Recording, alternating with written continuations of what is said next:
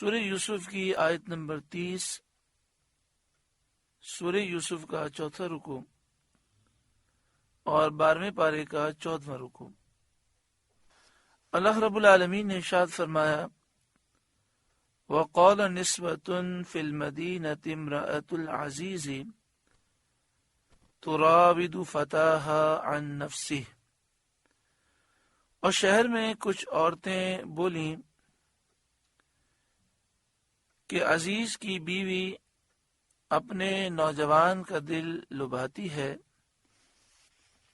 یہ عورتیں مصر کے شرفاء کی خواتین تھیں، شاہی خاندان سے اور سرداروں اور مالداروں سے ان کا تعلق تھا۔ انہوں نے یہ بات کہی کہ بڑی عجیب بات ہے کہ عزیز مصر کی زوجہ ایسے معاملات میں ملوث ہے۔ قد شغفها حبا، بے شک ان کی محبت اس کے دل میں گھس گئی ہے، داخل ہو گئی ہے۔ انا لنراها فی ضلال مبین، ہم تو اسے سری خود رفتہ پاتے ہیں۔ یہاں فی ضلال مبین کے معنی یہ ہے کہ ہم اسے اس محبت میں گم پاتے ہیں۔ ضلال مبین کے ایک معنی ہوتے ہیں کھلی گمراہی، لیکن یہاں یہ مراد نہیں ہے۔ یہ لفظ کئی معنی میں مستعمل ہوتا ہے۔ حضرت یوسف علیہ السلام کی بھائیوں نے بھی یہ بات کہی تھی جو پیچھے گزری ہے۔ سورہ یوسف کی آیت نمبر 8 میں یہ موجود ہے کہ بھائیوں نے یہ کہا کہ ہمارے والد یوسف سے اور ان کے بھائی بنیامین سے بہت زیادہ محبت کرتے ہیں۔ ان ابانا لفی ضلال مبین، بے شک ہمارے والد صراحتاً ان کی محبت میں ڈوبے ہوئے ہیں۔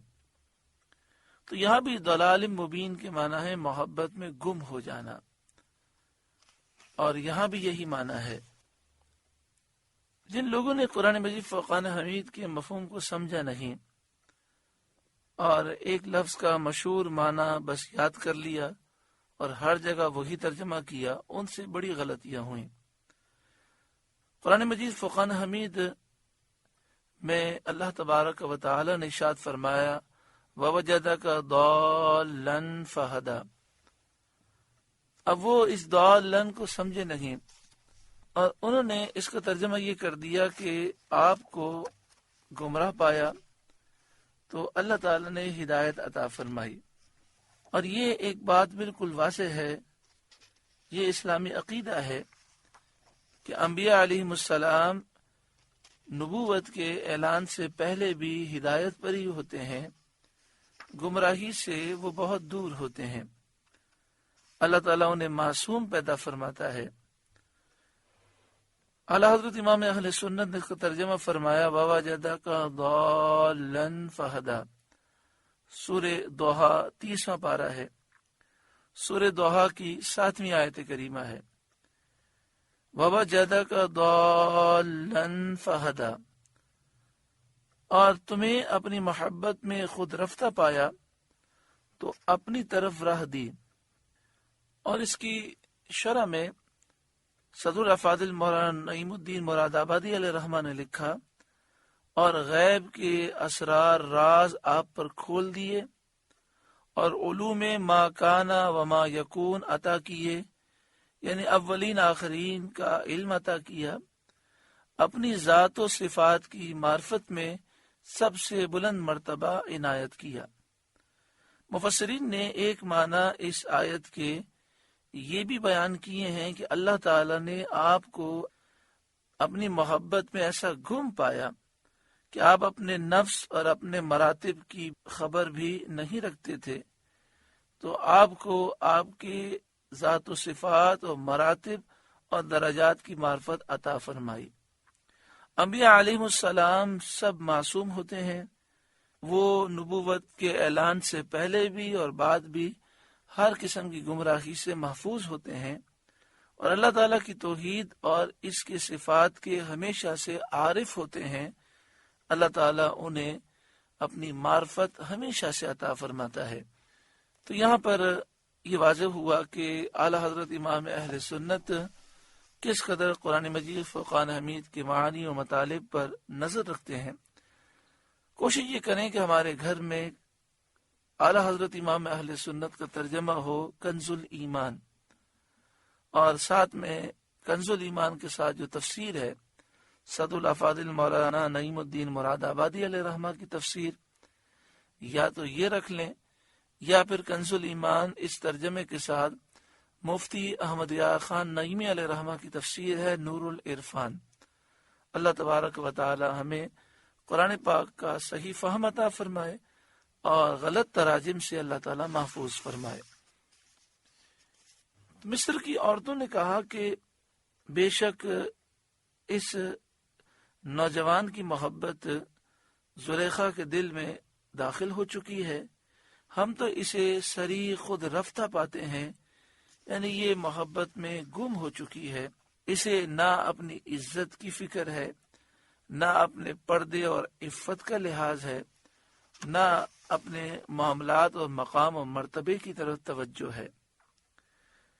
فلما سمعت بمکرہن، تو جب زلیخا نے ان کا مکر سنا، آپ کو یہ معلوم ہوا کہ یہ اس طرح کی کانا پھوسی اور اس طرح کی سرگوشی کرتی ہیں، تو حضرت زلیخا رضی اللہ تعالی عنہ کی عقل مندی دیکھیں کہ ان سے لڑنے کے بجائے ان کی عظیم الشان دعوت کی۔ ارسلت الیہن، تو ان عورتوں کو بلا بھیجا۔ زلیخا نے سنا کہ اشراف مصر کی عورتیں زلیخا کو حضرت یوسف علیہ السلام کی محبت پر ملامت کرتی ہیں، تو اس نے چاہا کہ وہ اپنا عذر انہیں ظاہر کرے، اس لیے زلیخا نے ان کی دعوت کی اور اشراف مصر کی 40 عورتوں کو مدعو کیا۔ ان میں وہ سب بھی تھیں جنہوں نے اس پر ملامت کی تھی۔ زلیخا نے ان عورتوں کو بہت عزت و احترام کے ساتھ مہمان بنایا۔ وَأَعْتَدَتْ لَهُنَّ مُتَّكَأً، اور ان کے لیے مسندیں تیار کیں، بہت زیادہ پرتکلف ان کی بیٹھنے کی جگہیں بنائیں جن پر وہ عورتیں بہت عزت و اکرام سے تکیہ لگا کر بیٹھیں، اور دسترخوان بچھائے گئے اور قسم قسم کے کھانے، میوے اور پھل چنے گئے۔ وَآتَتْ كُلَّ وَاحِدَةٍ مِّنْهُنَّ سِكِّينًا، اور ان میں ہر ایک کو ایک چھری دے دی تاکہ کھانے کے لیے اس سے گوشت کاٹیں اور پھل اور میوے وہ تراشیں۔ وَقَالَتِ اخْرُجْ عَلَيْهِنَّ، اور یوسف سے کہا ان پر نکل آؤ۔ فَلَمَّا رَأَيْنَهُ أَكْبَرْنَهُ، جب عورتوں نے یوسف کو دیکھا اس کی بڑائی بولنے لگیں۔ وَقَطَّعْنَ أَيْدِيَهُنَّ، اور اپنے ہاتھ کاٹ لیے۔ وَقُلْنَ حَاشَ لِلَّهِ مَا هَذَا بَشَرًا، اور بولی اللہ کو پاکی ہے، یہ تو بشر کی جنس سے ہی نہیں۔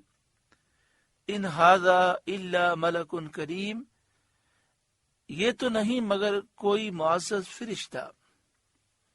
جب انہوں نے حضرت یوسف علیہ السلام کے جمال کو دیکھا اور پھر ساتھ میں نبوت اور رسالت کی انوار دیکھے، پھر حضرت یوسف علیہ السلام کی تواضع و انکساری کے آثار دیکھے، پھر آپ کی ہیبت اور شاہانہ اقتدار کا انداز، پھر لذیذ کھانوں کی طرف سے بے توجہی، اور یہ عورتیں جو بہت زیادہ زیب و زینت کر کے آئی تھیں، ان کی طرف سے آپ کی بے نیازی کی جب انہوں نے شان دیکھی تو یہ تعجب میں آ گئیں، اور آپ کی عظمت و ہیبت ان کے دلوں میں بھر گئی، اور حسن و جمال نے ایسا وارفتہ کیا کہ ان عورتوں کو خود فراموشی ہو گئی۔ ان کے ہاتھ میں لیمو تھے، یہ لیمو کاٹ رہی تھیں، تو لیمو تو کٹ گیا لیکن ان کی توجہ نہ رہی، چھری چلتی رہی اور ان کی انگلیاں کٹ گئیں۔ حضرت یوسف علیہ السلام کی جمال میں ایسی مشغول تھیں کہ انگلیاں کٹنے کی تکلیف کا احساس نہ ہوا۔ آپ سے گزارش ہے کہ قرآن کے اس پیغام کو آگے پہنچا کر ثواب جاریہ حاصل کریں۔